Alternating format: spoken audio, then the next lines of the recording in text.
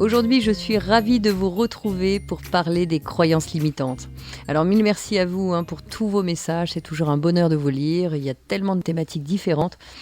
Eh bien, aujourd'hui, nous allons nous concentrer sur celle de Ludivine qui nous a envoyé une lettre que je vais vous lire. Bonjour Maude, j'aimerais bien qu'il y ait un sujet autour des croyances limitantes. Depuis mes 16 ans, je vis avec la peur de finir seule. Aujourd'hui, j'ai 36 ans et je peine à avoir des relations longues. Je n'ai toujours pas fondé la famille de mes rêves, et quand la croyance devient une réalité, comment s'en détacher ? Comment garder espoir et ne pas baisser les bras ? Comment ne pas se laisser convaincre par la petite voix intérieure qui en rajoute une couche pour te clouer à terre ? Je te l'avais bien dit, tu n'es pas comme les autres, personne ne peut t'aimer tel que tu es, tu finiras seul et tu ne vaux rien. Sans parler évidemment de la famille qui, avec le temps, semble aussi se résigner et me répète sans cesse que je ne suis pas faite pour rester avec quelqu'un. Et pourtant, je veux y croire encore, je crois à l'amour. Tout arrivera quand je serai prête. Mais comment être prête ? Comment s'ouvrir à l'autre quand le temps nous persuade que l'on a quelque chose qui cloche ? Comment sortir de ces croyances limitantes ? Belle soirée, merci Ludivine. Eh bien oui Ludivine, ça c'est vraiment une bonne question, les croyances limitantes, parce que on vit tous avec des centaines de croyances limitantes. C'est pas une ou deux, c'est des centaines de croyances limitantes. Et nous avançons avec... Et quand nous avançons avec une croyance limitante, c'est un peu comme si nous avancions dans la vie avec le frein à main complètement bloqué. C'est-à-dire qu'on avance, mais on peine à avancer, parce qu'on répète toujours les mêmes schémas. Alors la première chose, c'est peut-être de définir ce qu'est une croyance limitante. Une croyance limitante, c'est quelque chose que l'on considère pour vrai et qui nous limite. Quand je dis qu'on considère pour vrai, c'est que, effectivement, comme tu l'expliquais, Ludivine, tu as peut-être entendu beaucoup de phrases autour du fait que tu ne valais rien, que tu resterais toujours seule. Et à force de les entendre, on considère que ces phrases-là deviennent notre réalité, alors qu'en réalité, ce n'est pas une réalité. Certes, tu es seule, peut-être aujourd'hui, mais c'est pas parce que tu ne vaux rien, ou c'est pas parce que tu ne mérites pas d'être avec quelqu'un, ou c'est pas parce que tu ne mérites pas l'amour. C'est simplement parce qu'effectivement, il peut y avoir des peurs. On va voir ensuite comment identifier nos croyances et puis comment les dépasser. Mais vois bien que ta réalité devient « je ne vaux rien », je ne suis pas faite pour vivre l'amour et je ne suis pas faite pour être aimée. Même si au fond tu y crois. Alors la première chose, c'est de vraiment comprendre ce qu'est cette croyance qui est on considère pour vrai des choses qui ne sont en réalité pas vraies. Et évidemment, face à cette réalité qu'on considère pour vraie, eh bien nous sommes limités puisque tout ce que l'on va faire va être colorié de cette croyance qui est devenue pour nous notre sacerdoce.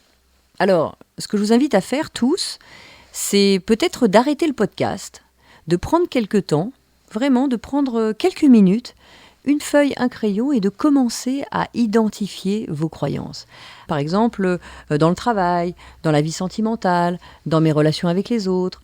Et vous allez vous rendre compte qu'il y a énormément de croyances. Je vous invite à en trouver 10, 12, 15, 50 même, de prendre le temps. Alors c'est peut-être une demi-heure, c'est peut-être une heure. Et de prendre ce temps pour lister vos croyances dans tous vos domaines.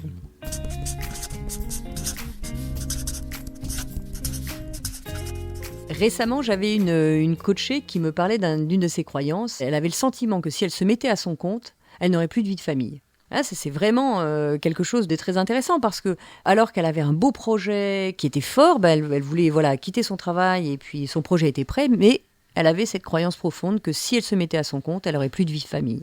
Évidemment, là, ça vient bloquer quelque chose. Parce que dans son esprit, créer une entreprise, c'est ne plus avoir d'horaire de bureau et donc ne plus avoir de vie de famille. Bien, là encore, c'est une croyance qui l'a limitée. Puis quand on a pu démonter cette croyance, elle a pu se rendre compte qu'elle avait toute la place de travailler à son compte et même d'avoir une vie de famille.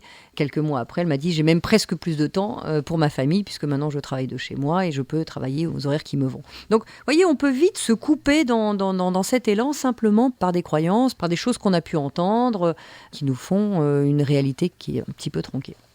Une façon aussi de les reconnaître, nos croyances, c'est de se rendre compte que bien souvent, dans nos phrases, on a tendance à dire « Ah ben moi, je suis toujours en retard » ou « Moi, je n'arrive jamais à cuisiner ». Donc les toujours, les jamais, hop, dès qu'on est là-dedans, c'est qu'on sait qu'on est rentré dans une croyance limitante. Alors, on ne peut pas être toujours en retard. Il y a bien des moments où on est à l'heure. Là, la preuve, c'est quand vous prenez un train, quand vous prenez un avion, bizarrement, vous êtes quand même à l'heure. Donc, on n'est pas toujours en retard. Voilà, c'est pas parce que la tendance fait que vous arrivez souvent en retard que vous êtes toujours en retard. Vous voyez, c'est ce type de croyances qui ne sont pas toujours graves, mais qui de temps en temps font défaut. Donc listez un maximum de croyances limitantes, prenez un temps, et une fois que vous l'aurez, eh bien, vous pourrez rappuyer sur play et continuer ce podcast parce qu'on va voir ensemble comment le faire. Alors une fois que vous avez identifié une croyance, on va en prendre une, donc là celle de Ludivine, cette croyance qui est, voilà, je ne suis pas digne d'être aimée, je ne vaux rien. Quoi qu'il arrive, si elle rencontrait quelqu'un, de toute façon, il y aurait toujours cette voix intérieure qui dit que non, elle ne mérite pas, etc., etc. Donc évidemment, quand tu pars avec ça, même si la personne en face a envie de t'aimer, eh bien, tu mets une distance instinctive et naturelle sans même t'en rendre compte. Donc première étape, c'est de comprendre ce qu'est une croyance limitante. Deuxième étape, c'est de les identifier et de voir aussi qu'on a des croyances qui nous propulsent. Alors celles-là, on les garde bien sûr. Si vous commencez à mettre une croyance qui est moi je réussis toujours ce que je fais, super, vous la gardez, on ne va pas la mettre de côté. Celle-là, on la garde, ça nous motive. Ça ne veut pas dire que vous réussissez tout ce que vous faites, bien sûr, mais ça nous booste vers quelque chose de positif. Donc, identifier les croyances, qu'elles soient positives ou négatives, c'est-à-dire qu'elles soient boosteuses ou au contraire qui nous plombent. Et évidemment, nous, on va s'attarder sur celles qui nous plombent. On garde bien en tête, et dans le cœur surtout, celles qui nous boostent. Une fois qu'on a identifié ces croyances, eh bien, on va aller chercher le bénéfice de cette croyance. Je parle bien des bénéfices qui nous plombent. Alors là, généralement, quand je demande ça, c'est non, il n'y a aucun bénéfice à avoir cette croyance. Et oui, ça, c'est la première réponse. Mais la réalité, c'est que, aussi difficile que ce soit de l'admettre pour notre ego, eh bien, il y a un bénéfice. Sinon, on n'y croirait pas. Alors, pour reprendre la tienne, Ludivine, évidemment, tu n'es pas en face de moi, donc je ne peux pas te demander le bénéfice, mais on peut explorer des pistes ensemble. Le bénéfice, par exemple, de ne pas être en couple, de ne pas être aimé, aussi difficile que ce soit, ça permet peut-être de ne pas avoir à s'exposer, de ne pas avoir à souffrir, de ne pas être rejeté, de ne pas avoir d'échec dans une relation amoureuse. Il peut y avoir 1000 bénéfices, même si sur l'instant, le truc c'est « Ah ben non, moi j'ai aucun bénéfice à ça ». Prenez le temps d'aller voir ce qui vous fait peur. Il peut y avoir 1000 bénéfices et prenez le temps de l'identifier parce qu'au fond de nous, encore une fois, s'il n'y avait pas ce bénéfice, on lâcherait cette croyance. Une fois qu'on a étudié et qu'on a pris le temps de voir notre bénéfice, et là je vous invite encore une fois à ne pas se poursuivre ce podcast, faites une pause et puis notez vraiment ce bénéfice parce que vous allez voir que c'est une clé majeure dans le fait de dépasser une croyance limitante. Et moi, ça me demande parfois beaucoup de temps de me poser en cherchant le bénéfice. Et je sais que la première réponse est « Ah non, mais là, il n'y a pas de bénéfice ». C'est normal que vous vous disiez ça, c'est normal que vous ressentiez ça. Mais ce cas-là, comme tous les autres, je vous garantis que dans 100% des cas, il y a un bénéfice. Par exemple, quand je suis montée pour les premières fois sur scène, en conférence, je rêvais de ça, puisque je rêvais de parler des enseignements de kilomètre zéro, de Respire sur scène. Et puis, en réalité, j'étais incapable de le faire et je me bloquais. Et alors là, je le sais bien, je suis une traqueuse. De toute façon, je suis pas faite pour monter sur scène. J'y arriverai jamais. Moi, je n'aime pas parler en public, etc. Et dans les jamais et les toujours, encore une fois, alors que dans mon cœur, j'avais envie de le faire, eh bien, j'étais incapable de le faire et je bloquais. Ce qui a été le cas aussi dans les enregistrements vidéo qu'on a pu faire au départ. J'étais incapable de sortir un mot. Alors, face à cette croyance limitante de « j'y arriverai jamais, je ne sais pas parler devant une caméra, je ne sais pas parler devant le public », qu'est-ce qui se passait ? J'avais un blocage et j'ai cherché les bénéfices. Et là, je ne les trouvais pas. Ah non, il n'y en a aucun bénéfice à ne pas savoir parler en public, il n'y en a aucun à ne pas savoir parler devant une caméra. Eh bien si. Le bénéfice que j'avais à me cacher derrière ça, c'était de ne pas m'exposer, de ne pas exposer mon image, de ne pas être rejetée par les autres, de ne pas avoir de critique des autres. Elle est trop grande, elle est trop petite, elle est trop maigre, elle est trop grosse, elle parle mal, elle fait des fautes d'orthographe, des fautes de grammaire, etc. Donc, vous voyez, même en fourchant là, on pourrait se dire, je fourche, alors je dois tout arrêter, je dois arrêter les podcasts parce qu'il y a une phrase qui est mal dite. Eh bien non. C'est pas parce qu'on fait une erreur, c'est pas parce qu'on bloque, c'est pas parce que parfois on réfléchit, parce qu'il y a des blancs, etc., qu'on doit tout arrêter. Et plus on pratique, et plus on y arrive. Donc, vous voyez, moi non plus, je ne les voyais pas les bénéfices. Et encore aujourd'hui, dès que je suis face à une situation, une croyance limitante, voire même je m'énerve, je peux m'énerver en me disant « Mais non, ça, c'est pas une croyance limitante. » Eh bien, si. Il y a toujours derrière notre croyance limitante qui intervient. Donc, vous voyez, je pourrais avoir 1000 exemples autour de ça. L'important, c'est de se poser, de coller des gifles à notre ego et de se dire, voilà, stop, il y a un bénéfice, je le cherche parce que j'ai envie de dépasser ça. Et là, ce qui est bien, tu vois, Ludivine, c'est que toi-même, tu as mis des mots sur cette croyance limitante. Tu vois bien que c'est plus quelque chose avec lequel tu as envie de vivre, que c'est des phrases qu'on te raconte depuis le début, tout ça, tu le vois. Alors, c'est pas parce qu'on le voit qu'on le dépasse aussitôt, mais de prendre le temps de voir que c'est peut-être la souffrance que tu ne veux pas revivre, d'être rejeté de mille choses, peut-être que déjà, là, tu vois le bénéfice. Alors, une fois qu'on a le bénéfice, ce qui est intéressant de voir aussi, c'est le coût, le prix à payer de croire en ces phrases limitantes. Quelle opportunité je rate à cause du fait de croire en ça. Ça, c'est important parce qu'on va voir de l'autre côté. D'un côté, on a les bénéfices à rester dedans, et puis de l'autre côté, de voir à quel point ça nous coûte. Alors là, en l'occurrence, pour toi, Ludivine, je suis sûre que tu m'expliquerais que ça te coûte, parce qu'évidemment, tu es seule, parce qu'évidemment, tu as peur, parce qu'évidemment, tu aimerais créer une famille et que tu ne le fais pas. Donc, il y a un coût qui est extrêmement cher par rapport au fait que ça te rapporte peut-être le bénéfice de ne peut-être pas souffrir, de ne peut-être pas être rejeté, de ne peut-être pas d'avoir d'échec. Mais vois bien que le prix à payer est quand même très lourd par rapport aux bénéfices que ça rapporte. Si je reprends mes croyances avec les premières fois que je suis montée sur scène, eh bien oui, ça me coûtait un prix très cher, ça me coûtait le fait de ne pas réaliser mes rêves, de parler à une population plus large. Et je pourrais dire la même chose quand j'ai commencé à écrire avec Kilomètre Zéro. Je me rappelais tout ce qu'on me disait quand j'étais jeune, c'est une scientifique plutôt qu'une littéraire, etc., etc. Donc je fais un bac scientifique, et puis finalement j'avais toutes ces croyances qui faisaient non, que Word, c'était pas pour moi, et d'écrire un livre, c'était pas pour moi. Et en réalité, le bénéfice, c'est que je n'avais pas à m'exposer, j'avais pas à recevoir de critiques, j'avais pas à recevoir d'éléments négatifs, au moins je le faisais pas, et je restais dans mes bénéfices. Mais le prix à payer, c'était quoi en face ? Le prix à payer, c'est que je ne pouvais pas partager qui j'étais, je ne pouvais pas partager ce qui m'était cher, je ne pouvais pas exprimer ce que j'avais envie d'exprimer, et le sujet fondamental, c'est que je ne pouvais pas aider ceux qui peut-être pouvaient être aidés par une lecture comme celle-ci. Donc le prix à payer devenait beaucoup trop lourd face à des critiques possibles, des jugements possibles, un échec possible, etc. Le sujet, c'est de bien mesurer ça. Et puis là, on peut se poser, une fois qu'on a les bénéfices et qu'on a le prix à payer, eh bien là, on peut se poser quelques instants. Si les bénéfices sont plus intéressants, eh bien j'ai pas de raison de changer ma croyance. À l'inverse, si le prix à payer est plus lourd que les bénéfices, peut-être que là, j'ai envie de me dire, non, ça y est, là maintenant je veux changer cette croyance parce que ça n'a plus de sens pour moi. Et là, on peut continuer le processus. Mais si à ce stade, vous vous dites, non, moi c'est bon, les bénéfices, là, c'est plus important, j'ai pas envie d'être critiqué, j'ai pas envie d'être rejeté, c'est déjà arrivé trop de fois dans ma vie, c'est hors de question que je retombe dans ce schéma-là, alors dans ces cas-là, vous avez tout à fait le choix de rester avec ça et avec cette croyance qui peut vous protéger un temps. Posez-vous bien cette question. Donc si toi, Ludivine, tu te dis, non, là maintenant, je veux arrêter de croire que je vaux rien, je veux passer à autre chose, je crois qu'au contraire, j'ai envie vraiment de créer une famille, etc., etc., alors là, eh bien, on va continuer ensemble ce processus. Donc face maintenant au fait que j'ai bien décidé que ça coûtait trop cher face aux bénéfices, eh bien, qu'est-ce que je peux faire ? J'ai le choix. Et j'ai le choix de prendre une décision en conscience. Déjà, j'ai le choix de garder ou de transformer cette croyance, première chose. Et si je fais le choix de décider autre chose, eh bien, maintenant, je suis beaucoup plus conscient que ce n'est qu'une croyance.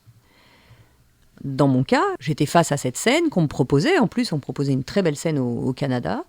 Et j'étais terrorisée à l'idée de dire oui, mais j'ai dit oui et j'ai fait le choix d'être plus consciente que j'étais capable, mais je ne savais pas comment à ce moment-là. Comme toi, Ludivine, peut-être que tu sais, tu as envie d'y croire, tu le dis toi-même, mais tu ne sais pas vraiment comment tu vas pouvoir rencontrer la bonne personne et puis comment tu vas pouvoir être aimé, parce que pour l'instant, tu ne sais pas comment te faire aimer. Ok, mais tu as le choix de pouvoir basculer vers « j'ai envie d'autre chose ». Donc dès que vous êtes sur « j'ai envie d'autre chose », ça me coûte trop cher, eh bien là, vous prenez la décision. L'étape d'après, c'est de remplacer cette croyance par quelque chose de plus juste. Quelque chose qui soit plus réel, parce que comme on le voit là, c'est pas une réalité que tu ne vaux rien, c'est pas une réalité que tu ne peux pas être aimé. Ça, c'est pas une réalité. Tout comme moi, c'était pas une réalité que je n'y arriverais jamais de monter sur scène, que je n'arriverais jamais à parler au public. C'était pas une réalité. Sauf que c'était ma réalité qui m'arrangeait avec mon bénéfice. Donc maintenant, je vais pouvoir remplacer par une croyance qui est plus juste et qui va te permettre d'être plus en phase avec ton cœur, avec la réalité et avec ce que tu veux devenir. Dans le « tu ne vaux rien, tu resteras seul », tu pourrais par exemple la transformer, alors toujours par une phrase positive et affirmative, hein. C'est pas ne pas mettre du ne pas, parce que ça l'univers il comprend pas le ne pas, hein. Il comprend. C'est comme les enfants, hein. Si vous dites ne touche pas à ça, l'enfant il comprend touche, il comprend pas la négativité, hein. Donc notre cerveau ne comprend pas la négativité. Donc dans le tu ne vaux rien, tu resteras seul, je pourrais remplacer par je vaux quelque chose, hein, par exemple. Donc c'est un peu comme un mantra à haute voix, tu vois. C'est je suis profondément aimable, hein, tu pourrais te le dire. Je suis profondément aimable, j'apprends chaque jour, j'ai des qualités d'empathie, de courage, etc. Et hop, tu te le répètes comme un mantra. Je suis profondément aimable parce que j'apprends chaque jour, j'ai des qualités d'empathie, de courage, etc. Tu vois, donc simplement de te le répéter 1000 fois dans la journée, et là ça va devenir une réalité, ça va devenir ta nouvelle réalité. Le cerveau va adapter ça et il n'entendra même plus le « je ne suis pas aimable », il en rira même lui-même, et tu en riras avec lui parce que tu vas te rendre compte à quel point c'est absurde d'imaginer que tu n'es pas aimable. Hein, c'est pas un jugement là évidemment, c'est simplement de se rendre compte que notre croyance limitante finalement nous enferme dans des choses qui sont complètement absurdes. Et moi, je peux le dire, aujourd'hui, bien sûr que j'ai toujours le trac de monter sur scène, bien sûr j'ai toujours le trac d'écrire, et je prends des mois et des mois pour écrire, mais une phrase après une autre, j'y arrive. Et une fois qu'on est là, on est sur le chemin de cette rencontre avec soi, sur le chemin de la rencontre avec notre objectif. Hein, donc, l'étape d'après, c'est de se libérer, et pour se libérer de cette croyance, il faut simplement commencer par la remplacer par quelque chose qui est plus juste. Parce que la réalité, je ne te connais pas Ludivine, mais je suis persuadée que comme tout le monde, tu mérites d'être aimé pour 1000 raisons. Et plutôt que de passer à « je ne serai jamais aimé », déjà je suis sûre que tu l'es, puis il y a évidemment 1000 personnes qui t'attendent, et notamment une qui attend que tu changes ta croyance pour te rencontrer. Donc posséder cette nouvelle croyance, cette nouvelle affirmation, c'est ce qui va enclencher le processus. Et c'est vrai dans une vie professionnelle, c'est vrai dans une vie perso. En fait, je peux tout avoir dans ma vie si je change ces croyances et si je les inverse par des croyances positives. Et enfin, le dernier point, pour ancrer cette croyance, c'est de poser une action. Qu'est-ce que je pourrais faire ? Qu'est-ce que je pourrais mettre en place ? Une petite action pour aller vers ça. Hein, une fois que j'ai remplacé ma croyance limitante, en l'occurrence, moi, quand je me suis dit je vais apprendre, je vais me faire aider, je vais monter sur scène, qu'est-ce que je peux faire ? Eh bien, simplement, une petite action, c'est peut-être de planifier quand est-ce que je vais le faire, quand est-ce que je vais monter sur scène et les étapes que je vais faire. Je vais peut-être appeler un coach pour m'aider, je vais peut-être écrire le texte, et c'est de mettre une petite action qui va faire que ça va avancer. Toi, en l'occurrence, tu pourrais peut-être mettre l'action de tiens, je vais lister mes qualités, je vais me rendre compte qu'évidemment, je suis peut-être aimable pour toutes ces qualités-là. Tu vois, de commencer à mettre en place une petite action. Quelle que soit la petite action, mets en place l'action, c'est ce qui va faire que ça va déclencher le processus. Voilà, et moi, ce qui m'aide dans la dernière étape bis, c'est peut-être de mettre une date. Et quand est-ce que je commence ? Quand est-ce que je pose ma première action ? Et moi, je vous invite à le faire le plus vite possible. Ne vous dites pas, je ferai ça dans 2 ans, ou je ferai ça dans 6 mois. Non, le plus vite vous posez une date, le plus vous vous mettez en action. Et si vous n'arrivez pas à poser de date, posez-vous la question de « Attends, est-ce que le bénéfice n'est pas plus important pour moi que le prix à payer ?» Et dans ces cas-là, vous avez tout à fait le choix, et ne vous jugez pas de ça, de rester dans cette croyance limitante. C'est un choix. Mais aujourd'hui, maintenant, après ces étapes-là, vous avez le choix. Alors qu'avant, peut-être que c'était un automatisme et vous ne saviez même pas que vous aviez le choix. Moi, ça m'a beaucoup aidé de voir que finalement, je pouvais reprendre le contrôle, je pouvais à nouveau agir dans la bonne direction parce que j'avais le choix.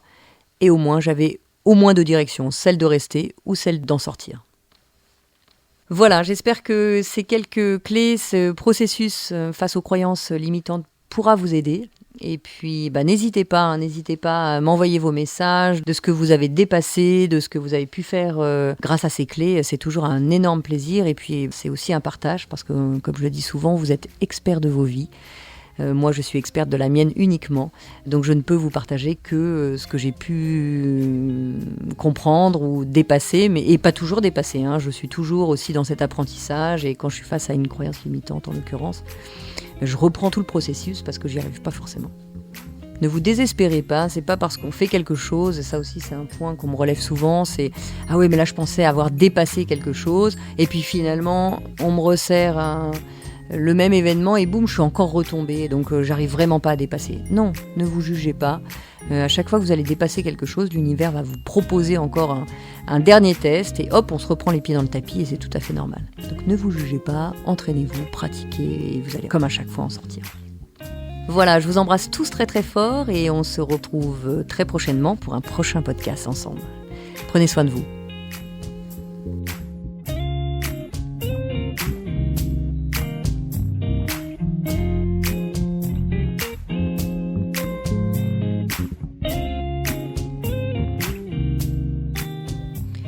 On se donne rendez-vous dans 15 jours pour le prochain épisode de ces questions que tout le monde se pose.